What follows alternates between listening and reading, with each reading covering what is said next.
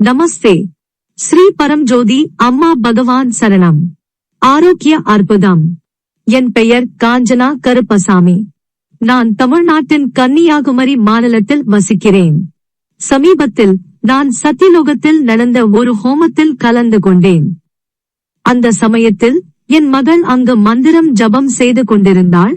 அதனால் நாங்கள் 14 நாட்கள் தங்கினோம். 12வது நாளில் என் கணவரின் பணியிடத்திலிருந்து எங்களுக்கு ஒரு அழைப்பு வந்தது. அவருக்கு திடீரென்று நெஞ்சுவலி இருப்பதாகவும் வியர்த்து வருவதாகவும் அவர்கள் எங்களிடம் கூறினர். அதனால் அவர்கள் அவரை மருத்துவமனையில் அனுமதித்தனர்.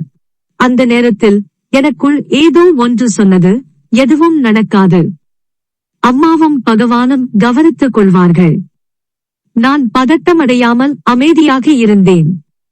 நான் உடனடியாக தங்கப்பாறைக்கு புறப்பட்டுச் சென்றேன். அங்கு சோமாவை பெற்று அதை எடுத்துக்கொண்டு நேராக மருத்துவமனைக்கு சென்றேன். நாங்கள் சென்றடைந்ததும் அவரது முக்கியமான உள் உறுப்புகள் சீரான நிலையில் இல்லை என்று மருத்துவர்கள் கூறினர். எனவே அவரை கண்காணிப்பதற்காக அவசர சிகிச்சை பிரிவில் வைத்திருந்தனர். அவரது முக்கிய உள் உறுப்புகள் ஸ்திரமடைந்த பின்னரே அடுத்த கட்ட நடவடிக்கைகளை அவர்களால் முடிவு செய்ய இயலும் என்று அவர்கள் எங்களிடம் கூறினர். அந்த நேரத்தில் நான் அம்மா மற்றும் பகவானிடம் எல்லாவற்றையும் ஒப்படைத்தேன்.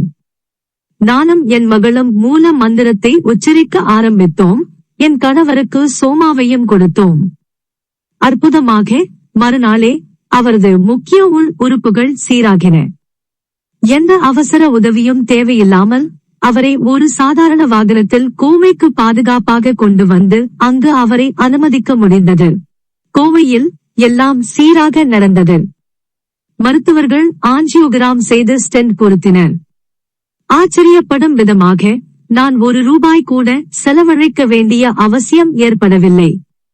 என் கணவரின் சுகாதார காப்பீடு மூலம் அம்மாவும் பகவானும் எல்லாவற்றையும் ஏற்பாடு செய்தனர்.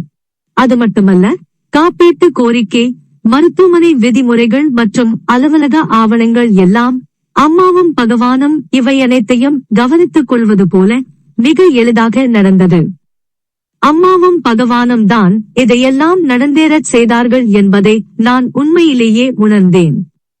அவர்களின் ஆசீர்வாதம் எப்போதும் எங்களுடன் இருந்து எங்கள் குடும்பத்தை ஒரு கேடயம் போல பாதுகாத்து வருகிறது.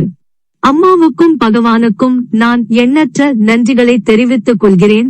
நான் உங்களை எல்லாவற்றையும் விட மிகவும் நேசிக்கிறேன் அம்மா மற்றும் பகவான்.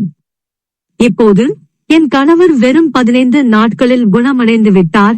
அவர் திரும்பவும் வேலைக்கு போக தொடங்கியுள்ளார். பக்தியுடன் ஹோமங்களை செய்வதன் சக்தியையும் அருளையும் இது காட்டுகிறது. அவை உண்மையில் ஒரு தெய்வீக கேடயம் போல நம்மை பாதுகாக்கின்றன. இன்று என் கணவர் ஆரோக்கியமாகவும் நலமாகவும் இருக்கிறார். இதற்காக அம்மாவுக்கும் பகவானுக்கும் நான் கோடிக்கணக்கான நன்றிகளை தெரிவித்துக் கொள்கிறேன். அவரை குணப்படுத்தி பாதுகாத்ததற்காக அவர்களுக்கு எல்லையற்ற நன்றிகள்.